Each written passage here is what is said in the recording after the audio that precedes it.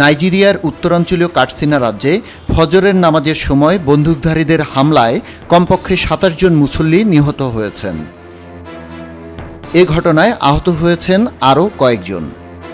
স্থানীয় গ্রাম প্রধান ও হাসপাতালের একজন কর্মকর্তা গণমাধ্যম আল জাজিরাকে এই তথ্য নিশ্চিত করেছেন।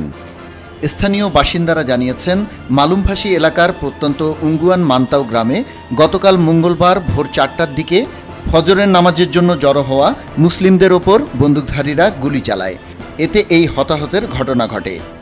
তবে তাৎক্ষণিকভাবে এখন পর্যন্ত কেউ হামলার দায় স্বীকার করেনি।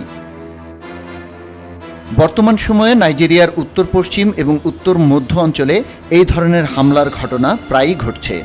স্থানীয় পশুপালক এবং কৃষকরা জমি এবং পানির সীমিত প্রবেশাধিকার নিয়ে সংঘর্ষে লিপ্ত হচ্ছে।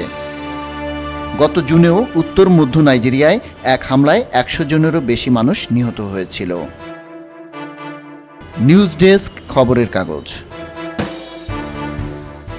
খবরের কাগজ, নিখাত, নির্ভীক, নিরপেক্ষ।